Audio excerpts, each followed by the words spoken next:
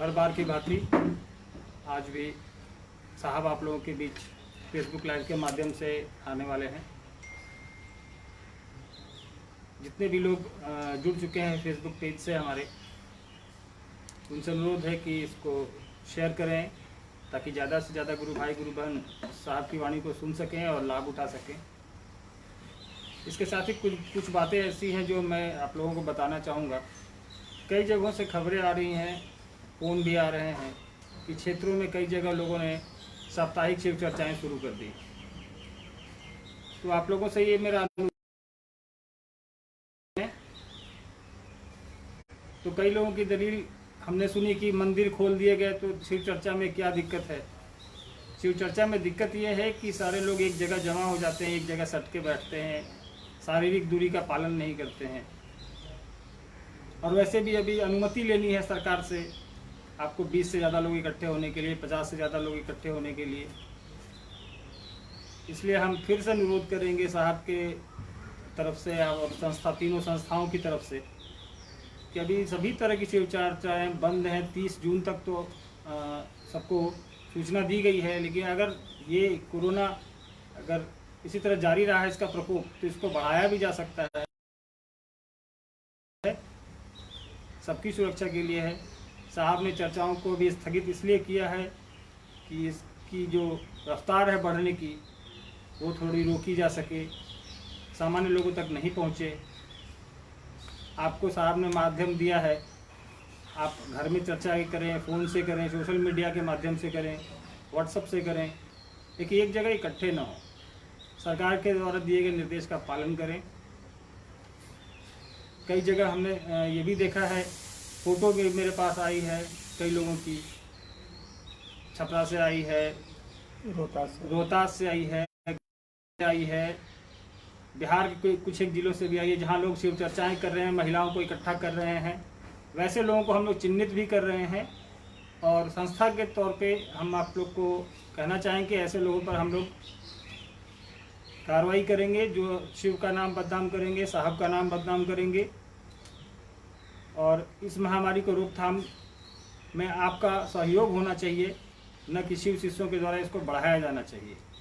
हम लोग भी अपना नाम उस सूची में डालें जो इस रोकथाम को, कोरोना को रोकने में सहयोगी बने, न कि उस सूची में डालें कि इसको बढ़ाने में सहयोगी बने। आपका जीवन अमूल्य है, अनमोल है। आपके साथ साथ आपके आस पड़ोस का भी जीवन अमूल्य है। आप अपनी सुरक्षा करेंगे तो समाज की सुरक्षा होगी, दुनिया की सुरक्षा होगी। इन सब बातों का ध्यान रखेंगे। साहब आपके बीच हैं। हाँ, लेकिन एक चीज़ और कहेंगे कि जिज्ञासाएँ बहुत आती हैं। आप लोग फेसबुक पेज पे भी लिखते हैं, लेकिन क्षमा चाहेंगे आप लोगों से, क्योंकि हज़ारों की संख्या में कमेंट्स होते हैं, सबको पढ़ना मुश्किल होता है। व्हाट्सएप पे भी आप लोग की जिज्ञासाएँ आती हैं, सबका लेना संभव नहीं है, सबका उत्तर देना भी संभव नहीं है। तो आप लोग आपस में भी जिज्ञासाओं पे चर्चा करके उसका समाधान ले सकते हैं। ज़रूरी नहीं है कि मुख्यालय से ही इसका समाधान हो, लेकिन मुख्यालय के स्तर पे साहब से हम लोग अनुरोध करते हैं, लेकिन आधे घंटे 45 मिनट में जितनी समस्या आपकी है, समाधान जो भी जिज्ञासा का हो पाता है वो हम लोग प्रयास करते हैं कि आप तक पहुँचे। और शुक्रवार को साहब आते हैं, तो कई लोगों ने ये पूछा साहब शुक्रवार ही क्यों आते हैं, तो ये तो भाई साहब ही इसका उत्तर दे पाएंगे। ये दिन कोई ऐसा निर्धारित नहीं है, हो सकता है कल को मंगलवार को भी आ जाए, कभी रविवार को भी आए, जैसी सुविधा होती है वैसा हो जाता है, वैसा किया जाएगा आगे। इसको हम लोग अनुरोध करेंगे साहब से कि इसको सप्ताह में 2 दिन करें ताकि ज़्यादा से ज़्यादा लोग लाभान्वित हों, साहब की वाणी से सुने उनकी बात। और जिज्ञासाएँ आप जो है अगर शुक्रवार के है तो बृहस्पतिवार तक ही भेजें, क्योंकि आप अभी भी मेरे फ़ोन पे जिज्ञासाएँ आ रही हैं तो संभव नहीं होता है। चलिए, हमें पता है कि आप साहब को सुनने आए हैं। हम अनुरोध करेंगे कैमरामैन महोदय से कि साहब तक कैमरा पहुंचाएं। आप सभी को फिर से प्रणाम।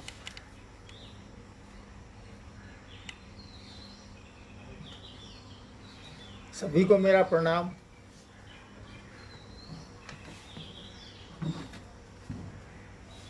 अभी अनुभव बोल रहे थे,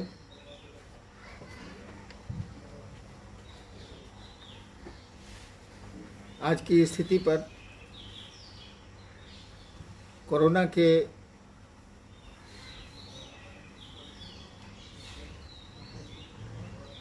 विषय में कि इसका प्रसार अभी भी जारी है, लेकिन हमने भी सुना है कि कई स्थानों पर लोग कमरे में या बरामदे में गुरु भाई बहनों को बुलाते हैं।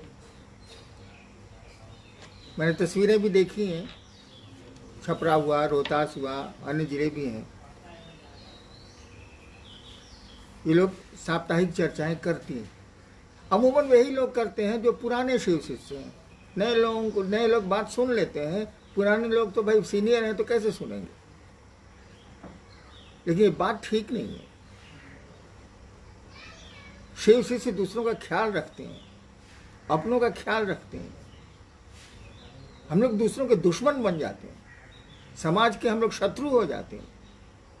मित्र भाव या सहृदयता का भाव हम लोगों के पास है ही नहीं। जैसे जैसे शिव शिष्यता हमारे आपके मन में प्रवेश करती है, मैं देख रहा हूँ कुछ लोगों को, कुछ ही लोग हैं जो समाज के शत्रु हो गए, लोगों के शत्रु हो गए, परिवार के शत्रु हो गए। वो जरा भी ख्याल नहीं रखते कि बीमारियां फैलती हैं तो उनको रोका कैसे जाए, उनसे दूरी कैसे बनाई जाए। चर्चा इन लोगों को लगती है यही महादेव। शिव चर्चाएं जो हो रही हैं या होती थी पहले, लोगों की उत्कंठा इतनी ज़्यादा है शिव चर्चाओं के माध्यम से कि लगता है कि शिव की कोई कीमत ही नहीं। शिव चर्चा की कीमत है क्योंकि उसमें सम्मान छिपा हुआ है, एक मोहल्ले में वर्चस्व छिपा हुआ है, एक इलाके में आपका अदब छिपा हुआ है, आपका सम्मान छिपा हुआ है। लेकिन शिव की कीमत नहीं रह गई। मैं तो कहता हूं ये लोग शिव शिष्य नहीं है, ये लोग चर्चरिया हैं, चर्चा के शिष्य हैं। मैंने ऐसा कभी नहीं कहा कि आप चर्चा के शिष्य हो जाएं, मंत्रों के शिष्य हो जाएं। आपको हमको शिव का शिष्य बनना है।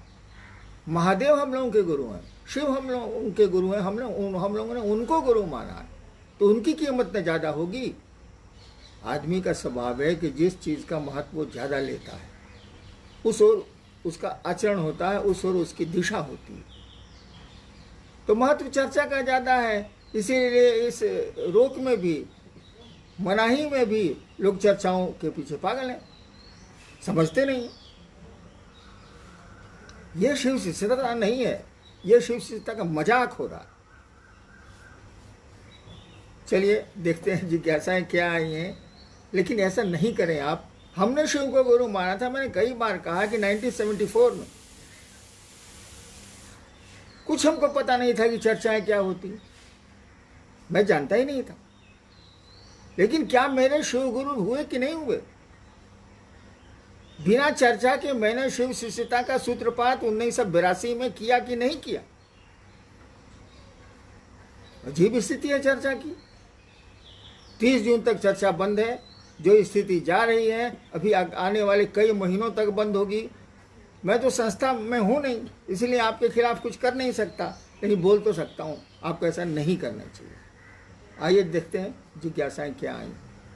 जी बहुत सारी जिज्ञासाएं हैं, जिसमें भाई विवेक वत्सल हैं इंदौर से, मध्य प्रदेश से, कि साहब से हमेशा सुना है कि हम सब शिव के ही अंश हैं। जो शिव में है वो हम में भी है, जैसे प्रेम, दया और सभी प्रकार के भाव। अगर सारे भाव मनुष्य में स्वाभाविक हैं तो शिष्य भाव स्वाभाविक क्यों नहीं? हमें अपने गुरु का शिष्य बनना पड़ता है। गुरु ने सारे प्राणियों में शिष्य का भाव स्वाभाविक क्यों नहीं बनाया? देखिए ऐसा है कि हम लोगों के पास पिता का भाव है, माँ का भी भाव है लोगों के पास। लेकिन क्या 4 साल के बच्चे में पिता का भाव होता है? क्या 5 साल की बच्ची में माँ का भाव होता है?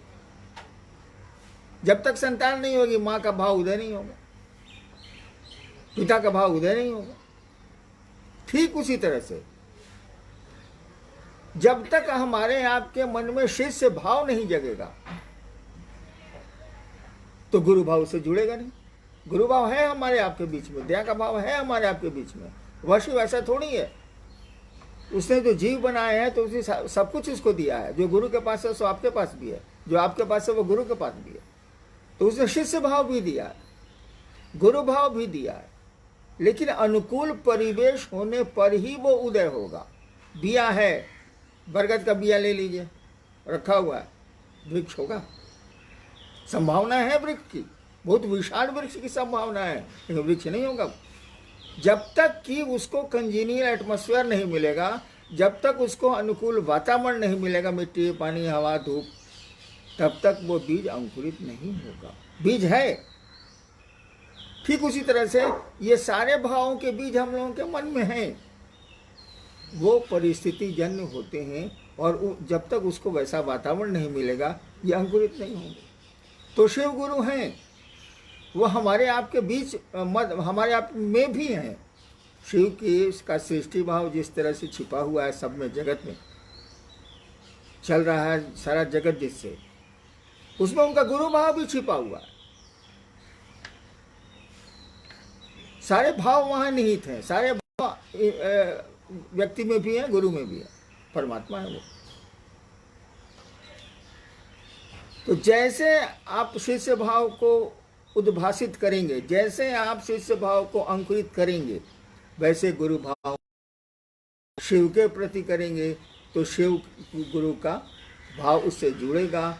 शिव भाव जो अपना जो काम है उसका करेगा, आपको शिव की ओर उन्मुख करेगा। जी, भाई राम नारायण जी हैं भागलपुर से। आप अक्सर कहा करते हैं कि मंजिल मिले ना मिले हमें इसका गम नहीं, मंजिल की जुस्तजू में मेरा कारवां तो है, तो क्या मंजिल वास्तव में मिलेगी या सिर्फ कारवां ही बन के रह जाएगा? अगर आदमी ये सोचे कि उसको परिणाम मिलेंगे कि नहीं मिलेंगे एक विशेष कार्य के, तब तो वो कार्य ही नहीं करे। वो सुना है ना भाई साहब कि जब से चला हूँ मंजिल की ओर, कभी मील का पत्थर नहीं देखा। कितना किलोमीटर गए, वो इतना पहुंच गए, मील का पत्थर नहीं देखा। तो मंजिल मिले ना मिले, भैया शिव को पाना तो आसान नहीं है, शिव तक पहुंचना तो आसान नहीं है, लेकिन उस दिशा में चलने में क्या है? चलेंगे हम। मैं बहुत पहले कहा करता था, मेरे पिताजी बहुत क्रुद्ध होते थे मुझ पर कि तुम अपना काम छोड़ के सब कौन धंधा करता है, महादेव महादेव क्या करता है। तो हम कहते थे कि कोई गंदी आदत किसी बेटे में हो और बेटा सयाना हो गया, और मैं तो डिप्टी कलेक्टर हो गया था, तो पिता की बात नहीं सुनता है। पिता लाख समझाता है कि गंदी आदत छोड़ो, वो सुनता ही नहीं। अंत में पिता दरकिनार हो जाते हैं, खुद ही दरकिनार हो जाते हैं, तो नहीं छोड़ता। तो हमने कहा कि मैं महादेव महादेव करता हूँ, देखता हूँ यहाँ क्या होता है। मेरी कोई ख्वाहिश नहीं है कि मंजिल मिलेगी ना मिलेगी, शिव की ओर चलना है। कम से कम जगत को, दुनिया के लोगों को शिवोन्मुख किया जाए, कोशिश की जाए कि उनमें शिव का भाव उतरे, शिव जैसा उनमें आचरण हो, अशिव का आचरण कम से कम नहीं है। जी, भाई ओम जी हैं विराटनगर नेपाल से।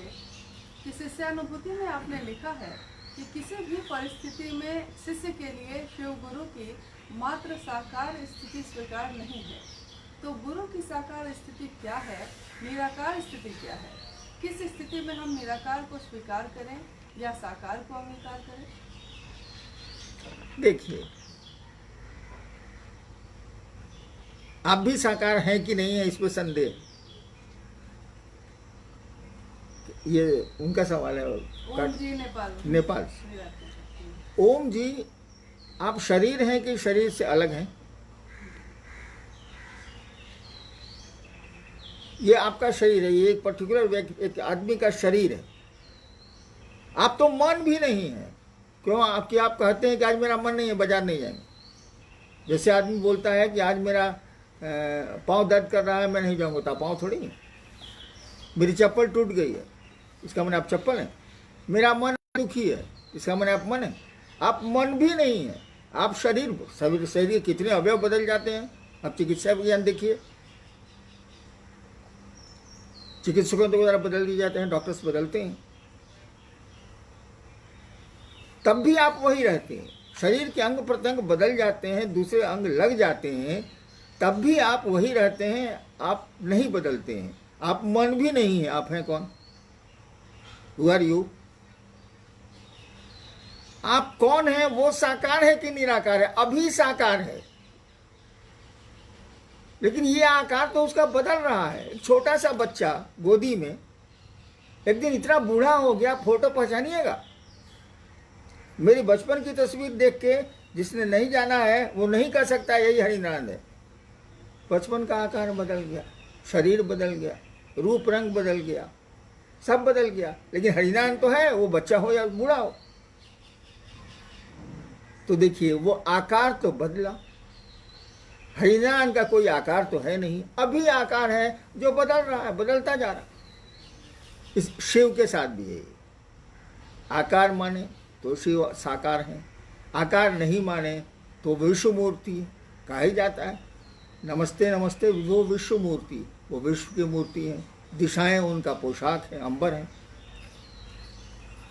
तो व्यक्ति को जो मन करे, वो साकार स्थिति हो या निराकार स्थिति हो, कदम तो बढ़ाए। साकार को पकड़ना थोड़ा आसान होता है, लेकिन निराकार ही साकार कोई भी मान लीजिएगा तो नहीं चलेगा। हमको आप शरीर में मान लीजिएगा तो कैसे चलेगा? मेरे मरने के बाद एक सत्ता थी हरिनारायण, जिसने ऐसा किया, ऐसा किया, ऐसा किया, बुरा किया, अच्छा किया।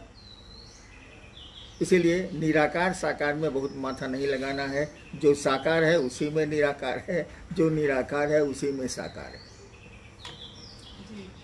जी बहन नीलू जी हैं मिजोरम से। साहब आपसे सुना है कि लौकिक जीवन में पारलौकिक को शामिल करो तो जीवन सुंदर हो जाएगा, और पारलौकिक में लौकिक को शामिल मत करो। आखिर यह लौकिक पारलौकिक क्या है? इस लोक को जब आप परलोक के सिद्धांतों और कर्मों में शामिल करेंगे तो क्या पड़ेगा?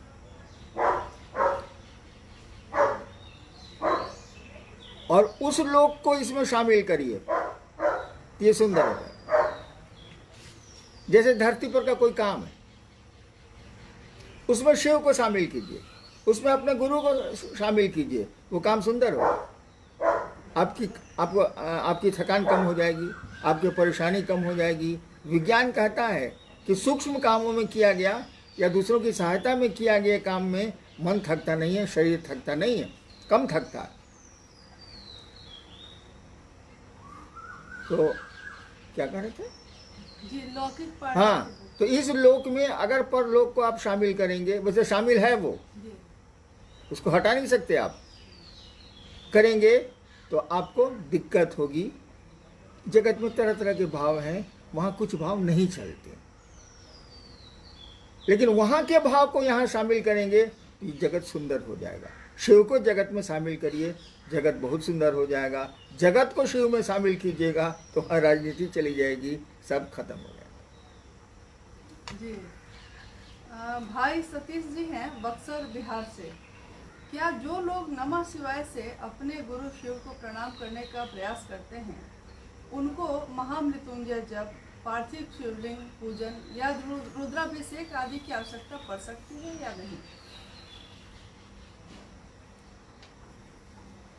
नमः शिवाय करने वालों को शिव के से संबंधित अन्य पूजा पाठ करने की आवश्यकता पड़ सकती है या नहीं, ये सवाल है ना? जी जी। देखिए, नमः शिवाय शिव का संपूर्ण मंत्र है। नमः शिवाय जो मंत्र है उसका अर्थ शिव को प्रणाम है। शिव के हजारों नाम हैं, वो हजारों नामों को प्रणाम जाता है। एक शिव को प्रणाम करिए तो सबको प्रणाम, हरिनारायण को प्रणाम करिए तो सबको प्रणाम जाएगा। मैं ज्वाइंट सेक्रेटरी भी था, मैं ड्राइवर भी हूँ, बहुत काम मैं जानता हूँ। तो वो सारे काम को एक साथ हम ही को प्रणाम कर लिया तो सब काम हो गए। मुझको आप कहें कि मुझको गाड़ी से ले जाके वहाँ पहुँचा दिए, मैं पहुँचा दूंगा, मेरा काम ड्राइविंग करना थोड़ी है। लेकिन हरिनारायण से जुड़े हैं तो हमको जो जो आता है वो काम मैं आपको कर दूंगा। तो शिव से जब जुड़िएगा, कहा जाता है नमः शिवाय शिव के समग्र स्वरूप को प्रणाम है। समग्र, उनके जितने स्वरूप हैं, अपने रूप हैं, रूप तो जगत भी है, स्वरूप उनके जितने हैं, महाकाल हैं, मृत्युंजय हैं, अघोरेश्वर हैं, महादेव हैं, शिव के समग्र स्वरूप को नमः शिवाय प्रणाम करता है, प्रणाम निवेदित करता है, नमः शिवाय। अब जप करते हैं आप, जप अगर मंत्रों का जप अगर सही ढंग से करते हैं, यानी उसमें भाव प्रणाम हो रहा है, नमः शिवाय का मानी अगर चैतन्य और अर्थ उसमें जा रहा है, आपके मन में आ रहा है, शिव को प्रणाम हो रहा है, अगर मन अनुक्रम से शिव को प्रणाम कर रहा है, तो मेरा अपना विचार है किसी अन्य पूजा पाठ की कोई आवश्यकता नहीं है। और देवताओं को प्रसन्न करेंगे आप तो शिव प्रसन्न नहीं होंगे, लेकिन शिव को प्रसन्न कर लेंगे आप तो सभी देवता प्रसन्न हो जाएंगे। वो तो नाम ही है महादेव, मैंने देवताओं में महादेव। जी भाई रोहित जी हैं हुगली बंगाल से कि आपने लिखा है कि हे महेश्वर, तुम्हें जानना, समझना और पहचानना अनुमानस की सीमा से बाहर की बात है। तुम जैसे भी हो, तुम्हें बारंबार नमस्कार है। तो शिव के शिष्य खुद में किस शिव को जानने अध्यात्म में अग्रसर होते हैं या हो रहे हैं? महादेव दो तीन थोड़ी ही है। महादेव वही है जिसकी पूजा होती है मंदिरों में, जिसके गीत गाए जाते हैं गांव घरों में। महादेव तो वही है, वही गुरु है, वही सब कुछ है। शिव के शिष्य भी उसी महादेव को मानते हैं जिसको सारा जगत मानता है, सारा भारतवर्ष मानता है। हम लोग शिव को महादेव के रूप में भी पूछते हैं, जिस रूप में कहिएगा उस रूप में पूछते हैं। मंत्र एक ही है, नमः शिवाय, यानी शिव को प्रणाम। शिव के शिष्य और बाहर के लोगों के महादेव में कोई भेद नहीं है, कोई अंतर नहीं है, हो ही नहीं सकता है। शिव तो अपने अकेले है, वो एक ही सत्ता है। नाम जितने मन करे दे दीजिए, सत्ता तो वही रहे। जी भाई सुनील जी हैं 24 परगना बंगाल से कि संसार में शरीरधारी गुरुओं की परंपरा चली आ रही है। जब शिव को गुरु मानने को कहता हूँ किसी को, तो लोग कहते हैं कि गुरु एक ही बनाया जाता है, इसीलिए अब दूसरा गुरु नहीं बनाऊंगा।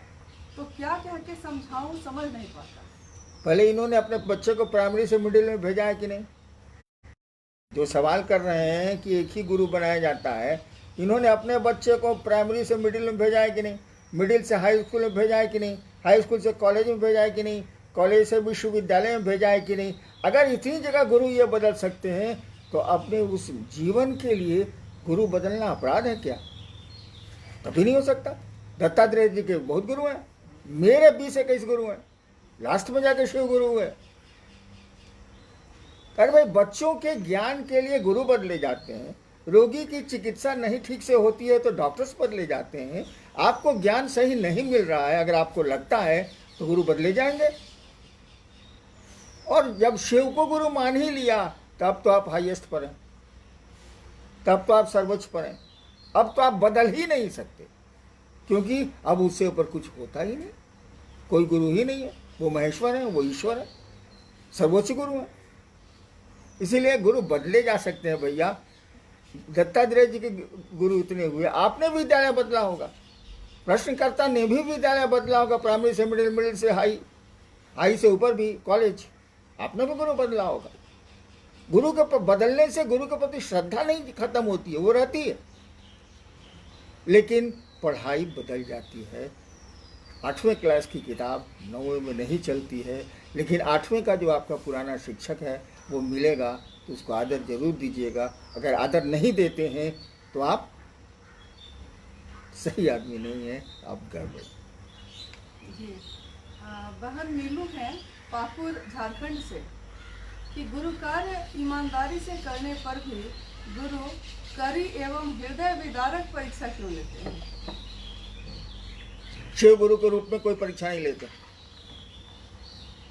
शिव गुरु के रूप में कोई परीक्षा नहीं लेते, ले ही नहीं सकते। अगर लेंगे तो कोई उत्तीर्ण ही नहीं होगा, कोई पास ही नहीं करेगा। होता यह है ना कि हम लोगों के जो अपने कर्म हैं, स्वकर्म हैं, अपने कर्म हैं, वो इस जन्म के हो या पहले के जन्म को हो, वो स्वकर्म जो है हम लोगों के, वही जब क्रियामान या प्रारब्ध में बदलते हैं, यानी फलित होने लगते हैं, हम ही लोगों के कर्म, हम लोगों के स्वकर्म, तो परेशानियां भी आती हैं, सुख भी आते हैं। सुख भी घातक हो सकता है आध्यात्म में, दुख भी घातक हो सकता है आध्यात्म में। बाधाएं दे सकता है, सुख तो बहुत देता है, दुख कम देता है, लेकिन बाधक दोनों हो सकते हैं। सुविधाएं भी दे सकते हैं, मार्ग को प्रशस्त भी कर सकते हैं। दोनों स्थितियों में हमारे आपके कर्म फल है। गुरु की दया कहा जाता है, गुरु उपाय, शिव सूत्र में लिखा हुआ है गुरु उपाय।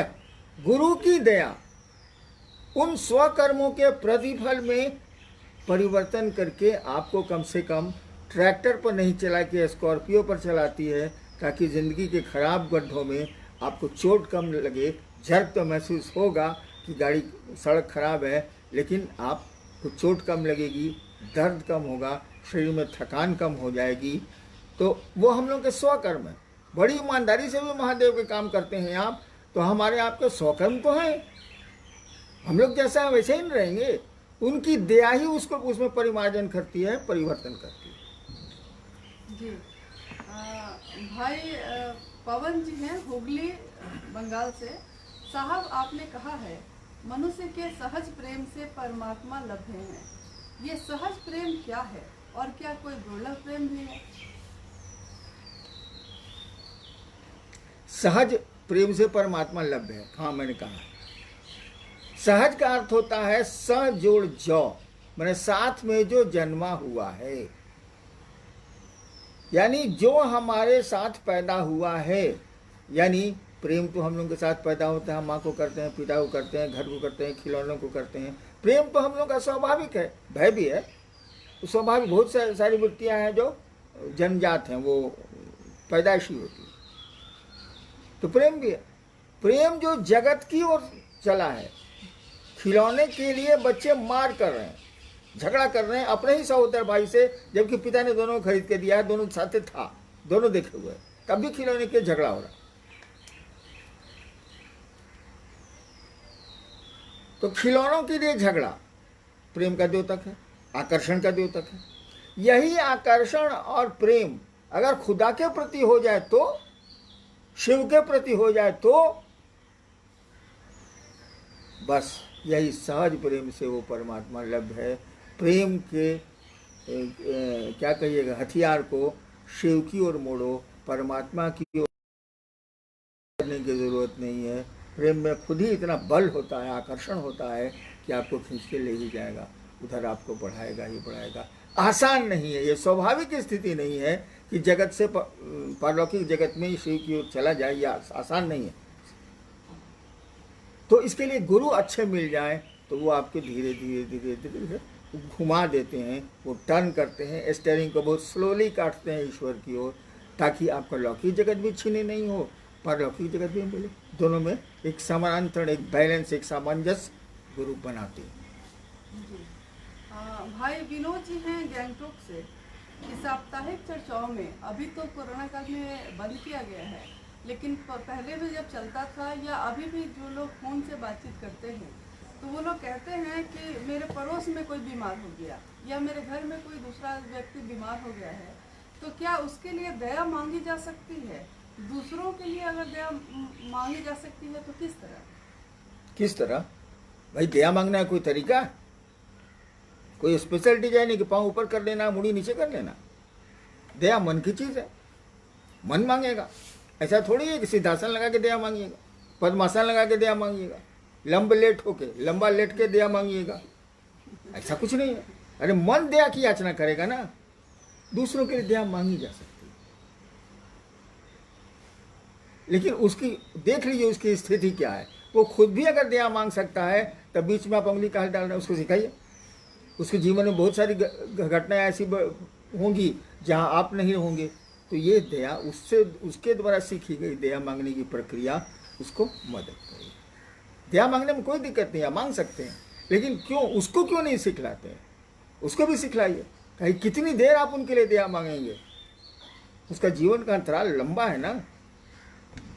जी भाई नारायण जी हैं धुलाबारी नेपाल से, कि जिस तरह से कोरोना संक्रमित लोगों की संख्या में वृद्धि हो रही है, इस त्रासदी के माहौल में मनसा वाचा कर्मणा गुरु कार्य नहीं हो पा रहा है, इसका समाधान क्या है? हम क्या करें? अरे गुरु कार्य नहीं हो पा रहा है। गुरु कार्य क्या क्या है बताइए। एक तो है आप चर्चा करना, उसी को एक गुरु काज समझते हैं, बाकी किसी को तो हम लोग समझते नहीं, ताकि उसमें मजा आता है। दूसरों को समझाने में आदमी सुखानुभूति अनुभव करता है, अच्छा में लगता है। साले को समझाए, बड़ी उठ रहा था, शिव से बनाए, और उस शिव से को किसी शिव से को समझा रहे हैं, तो लेके हाँ साले हम सीनियर है ना, तो समझाए ना साले को। तो देखिए आत्म संतुष्टि होती है, आत्मतुष्टि होती है, और यह अहंकार का द्योतक है, ये अहम भाव का द्योतक है, ये मैंपन का द्योतक है, ये मैं आपका मजबूत हो रहा है, इसका द्योतक है, जो आध्यात्म में बाधक होगा। तो शिव चर्चा केवल करना गुरु का कार्य थोड़ी है। अरे उनसे दया मांगी जानी चाहिए, फोन पर लोगों को प्रेरित करना चाहिए कि वो शिव की ओर चलें, उनको प्रणाम करना चाहिए। नमः शिवाय आपको दिया गया है, प्रणाम करिए। प्रणाम में बोलने की ज़रूरत नहीं है, दया मांगने में बोलने की ज़रूरत नहीं है। और फ़ोन पर और अदर जो माध्यम है आपके इलेक्ट्रॉनिक, उस पर तो समझाया जा ही सकता है ना। अपने रिलेशन को समझाइए। चर्चा हो रही है, अभी साप्ताहिक चर्चा की बात चल रही थी कि लोग घरों में बैठ के पलंग पर गुरु चर्चा कर रहे हैं चश्मा पहन के, बाकी गुरु भारे नीचे बैठे हुए। एक आदमी मुझको तस्वीर भी दिखलाई एक जिले की, बहुत अपने को सीनियर मोस्ट कहने वाले उस जिले के शिव शिष्य हैं। उस साल कहाँ से सीनियर मोस्ट हो गए हमको समझ ही भी नहीं आ रहा, जब आचरण ऐसा है। ये गुरु चर्चा है कि गुरु चर्चा का मजाक? तो गुरु चर्चा ही गुरु भाव है, गुरु का कार्य है। शिव का कार्य मात्र गुरु चर्चा करना है, ऐसा तो नहीं है बिल्कुल। अरे शिव से लोगों को जोड़ना है, ये गुरु चर्चा के माध्यम से होगा, ऐसा तो नहीं। कई माध्यम है जिसे समझाए जा सकते हैं। इसीलिए ऐसा मत कहिए कि गुरु चर्चा कैसे होगी। गुरु चर्चा के अन्य माध्यम है। 3 सूत्रों में गुरु चर्चा एक सूत्र है, बाकी 2 बहुत महत्वपूर्ण सूत्र हैं। गुरु चर्चा आपको अहंकार में डालेगी भी, लेकिन ये पहला और तीसरा सूत्र, दया मांगना और गुरु को प्रणाम करना, ये आपके अहंकार को शमित करता है, नीचे ले जाता है, और हम में आप में आध्यात्म को जगाता है। डू इट, इसको करिए। आप सबों को मेरा प्रणाम।